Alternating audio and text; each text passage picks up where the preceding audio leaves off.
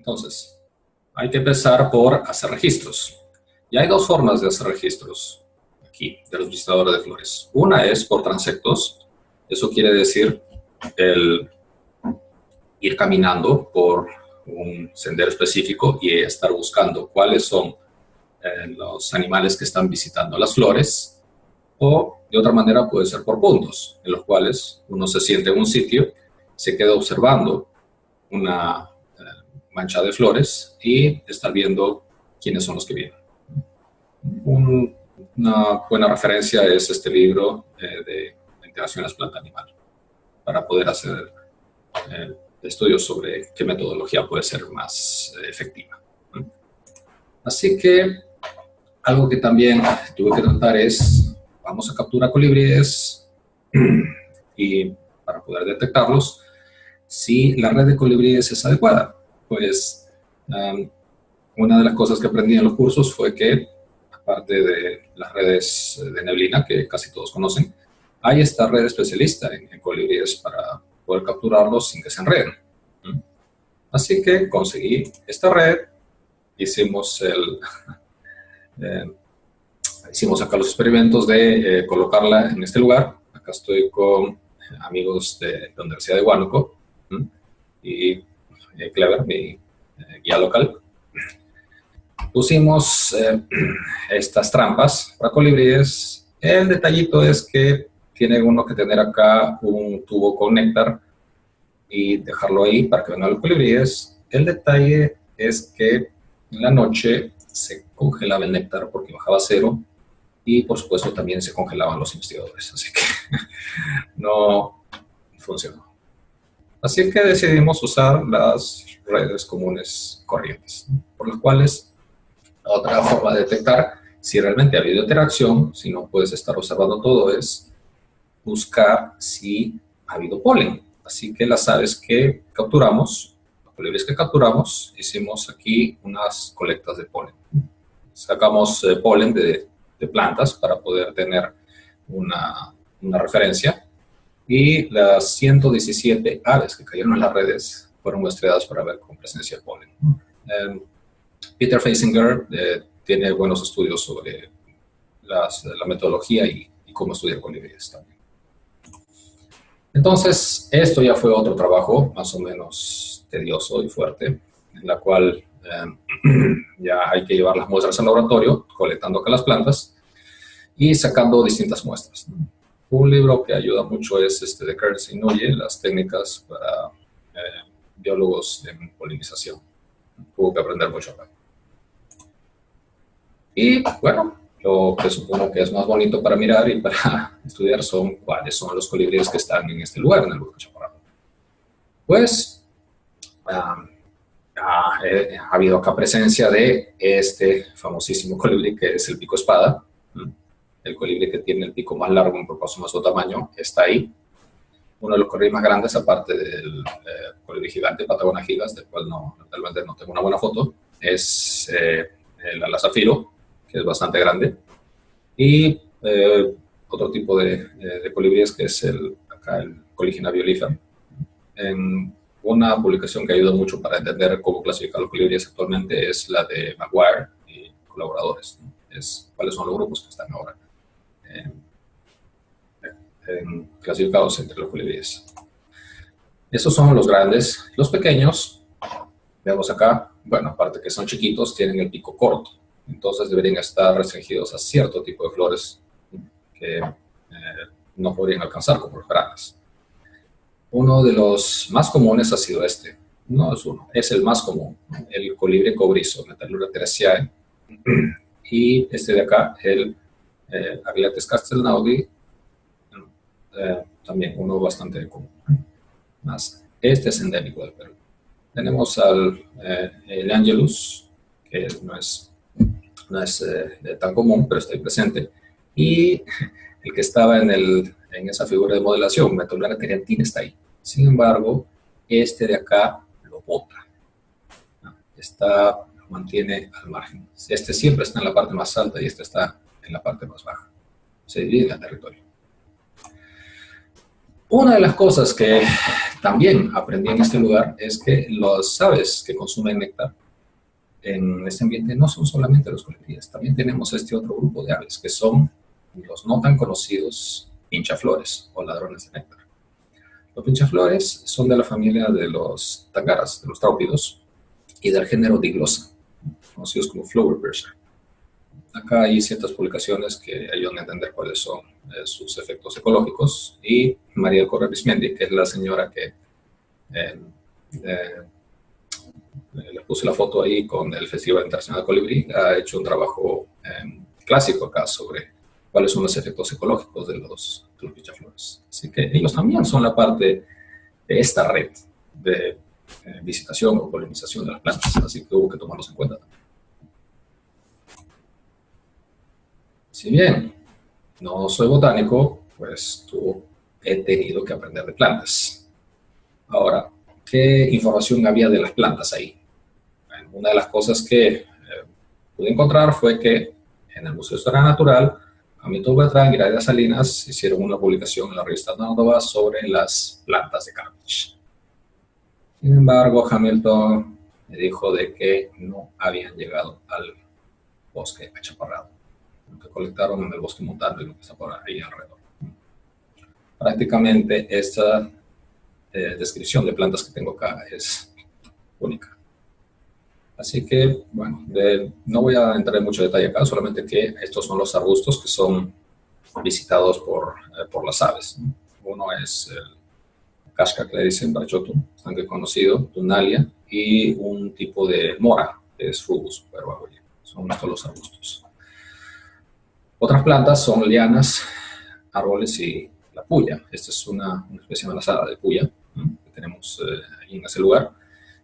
Ciertas plantas que son hemiparásitas. Es Tristeris yaetanus, un pariente de la granadilla, que es la pasiflora, o del maracuyá. La fucsia, que servirá muchísimo como planta ornamental, y un árbol que genera una flor bien grande que también es visitado por murciélagos, que es Macrao.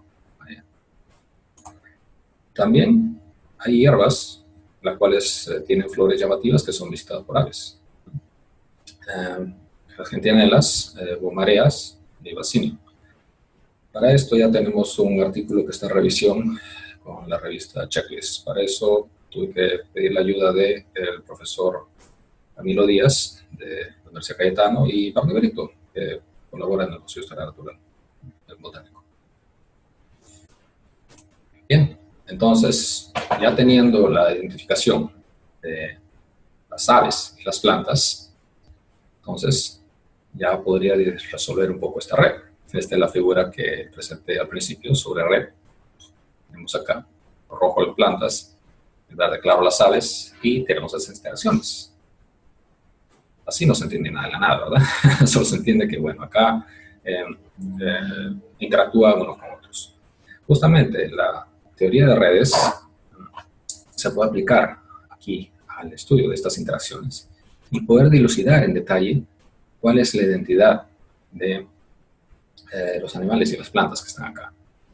Ver cómo interactúan y ver quién interactúa más con quién. Cuáles pueden ser las especies claves y tener acá métricas específicas para poder ver cuáles son las especies más importantes, incluso hacer predicciones. De plantas, ¿cuáles son las plantas más conectadas? De las plantas más conectadas, está acá, por ejemplo, este arbusto, que después me enteré que es un arbusto endémico. Es bastante visitado por las aves, Brachyotum lutensis. Y otra más que es un muérdago, que es el Tristerix, que es una planta hemiparásita que vive dependiendo de los árboles más comunes de este lugar. Son los que proveen más néctar a las aves. De las aves que más visitan, ¿cuáles son los rectángulos más grandes? Este rectángulo más grande es el colibrí cobrizo, el endémico.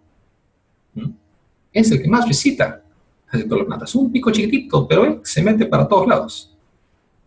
Otra cosa interesante, uno de los colibríes más grandes, el ala zafiro, también participa mucho, pero depende muchísimo de este muérdago. Y, muy curiosamente, de los que el tercero que visita más las plantas no era un colibrí, sino el pinchaflor. Este pinchaflor también depende mucho de las plantas, visita bastante las plantas.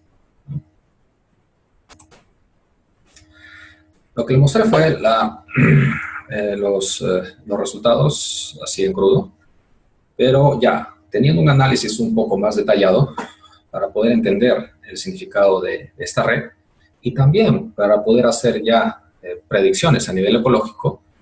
Es por eso que escribimos este artículo en la revista Peer con mi asesora de doctorado, que es la doctora Betty Sell.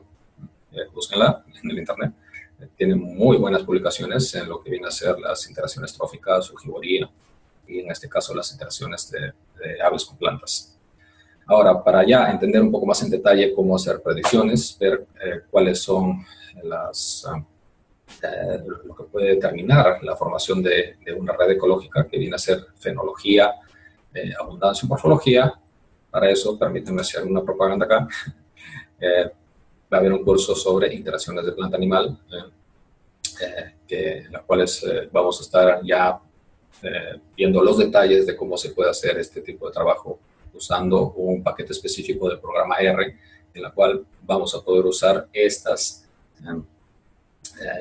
características de la teoría de redes aplicadas a ecología y conservación. Ahora, este bosque tiene amenazas. Lamentablemente, el tiempo que estuve ahí no era área protegida y mucha gente lo quemaba. ¿Para qué? Para tener más pastos para su ganado. Así que este es el problema fuerte que tiene este tipo de bosque.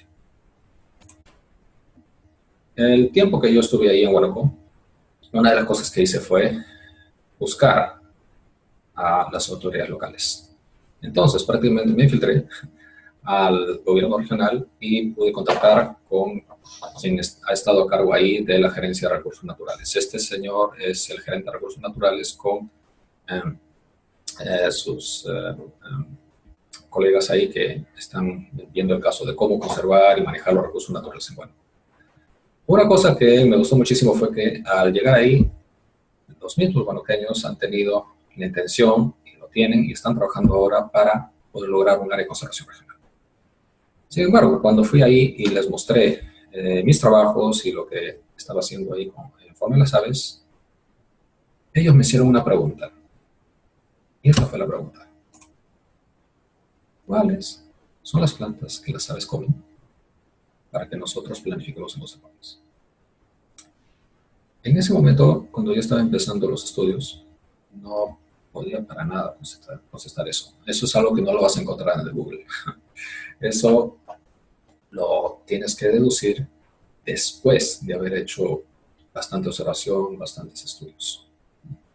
Y una de las cosas que pude aportar acá es esta publicación que salió en la revista Economía y Sociedad, Aportes en la conservación del bosque de Carpish, en el cual estoy mencionando ahí, dando ciertos detalles de cómo se podría manejar este bosque, ¿no? Y cuáles son las especies que deberían conservarse. También esta publicación en la revista Botany de Yale trata de ver cómo se puede aplicar la teoría de redes a la conservación. Entonces, ahora yo ya pude contestar esa pregunta. Una es el Borachotum lutensis, que es ese arbusto endémico, el cual crece abundantemente luego de que se ha cortado el bosque. Y esta plantita, este muérdago, que es una planta biparásita que crece en los árboles nativos del bosque montano, que es la Weimania. Si uno es un forestal, pues si vas a sembrar árboles, una de las cosas que supongo que te mandarán a hacer es eliminar todos lo que pueda hacerle daño al árbol. Esta planta, en teoría, sí le hace cierto daño al árbol porque es semiparásita.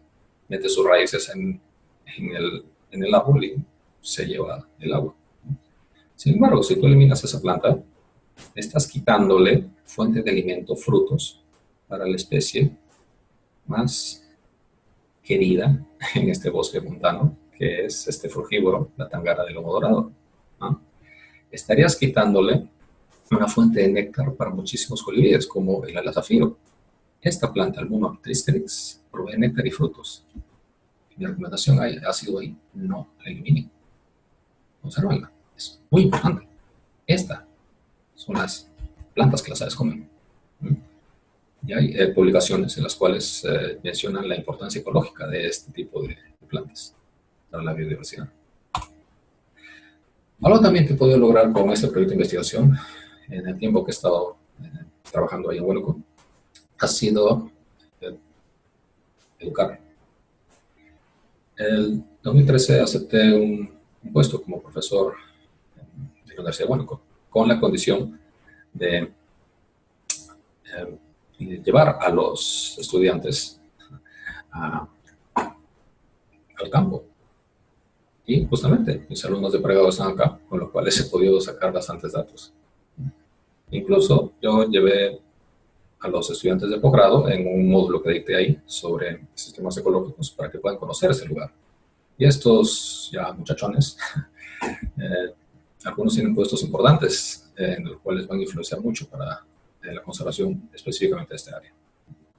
Un autor bien conocido para los ornitólogos es Kagan Sekershioglu, y él menciona la gran importancia de hacer participar al público para la conservación de aves. Y alguien de que me siento bastante orgulloso acá es mi asistente local, el tiempo que estuve ahí, empezando a los 11 años y acabando acá a los 14 años. Clever Llagas, este muchachito que es parte de la familia que me alojó ahí, ahora está viviendo en Huánuco estudiando, terminando su secundaria, porque cuando lo conocí había abandonado el colegio, y ahora se dedica a guiar turistas. Lisa Fucaja, una amiga finlandesa que vino al Perú, fue parte del Grupo del Perú, publicó un artículo sobre la importancia del ecoturismo en la conservación de aves. Y acá, bueno, este es un ejemplo muy bueno de cómo el ecoturismo puede ayudar mucho a la conservación en este lugar. Una de las preguntas que seguramente se deben hacer es, ¿quién pagó todo esto? Muy bien, les voy a contestar. Primero, la Universidad de Huánuco, donde trabajé, no me dio ni un sol para hacer investigación. Sin embargo, me dio la oportunidad de llevar a los alumnos al campo y hacer bastantes trabajos de con ellos. El Ministerio del Ambiente organizó el Premio Anual de la Educación Ambiental y yo fui uno de los receptores de fondos para eso, el cual ayudó mucho. Mi universidad, la Universidad de Florida, tiene fondos para hacer estudios preliminares en conservación del programa de conservación y desarrollo tropical, el cual me ayudó mucho. Después, esta fundación de Star Ministries me dio fondos para poder visitar museos en Estados Unidos y poder hacer mediciones de los picos de los colibríes, para poder hacer ahí mis modelamientos matemáticos y aplicar la teoría de redes, el cual resultó ese artículo, ese paper que salió. Adia Wild, Royal Society for Bird Protection y Office for the Tropics dieron fondos o materiales para poder hacer investigación acá. Entonces, para acabar, ¿cuáles son las conclusiones de este trabajo? Recordemos que los colibríes tienen características culturales y fisiológicas que los hacen emblemáticos. Después, los colibríes son esenciales para la polinización. En el Perú, el colibrí más emblemático es el Colespátula lodiges mirabilis. Aunque tenemos otros colibríes que están amenazados de extinción, no son tan carismáticos, no son importantes. Al menos este es el más conocido. Específicamente en los bosques achaparrados de los Andes centrales, el colibrí que más visita las plantas es el colibrí cobrizo, Metallura terciae, el cual es endémico. Luego, la estructura de la rehabilitación de colibríes y aves nectarívoras es sanidad. Este tipo de estructura permite que la red, ¿no?, se mantenga. Si fuera específica de uno a uno, pues desaparece una planta y desaparece el ave, o desaparece el ave y desaparece la planta. Esta estructura que pude llegar a entender ahí, que sanidad le da bastante resistencia a la red.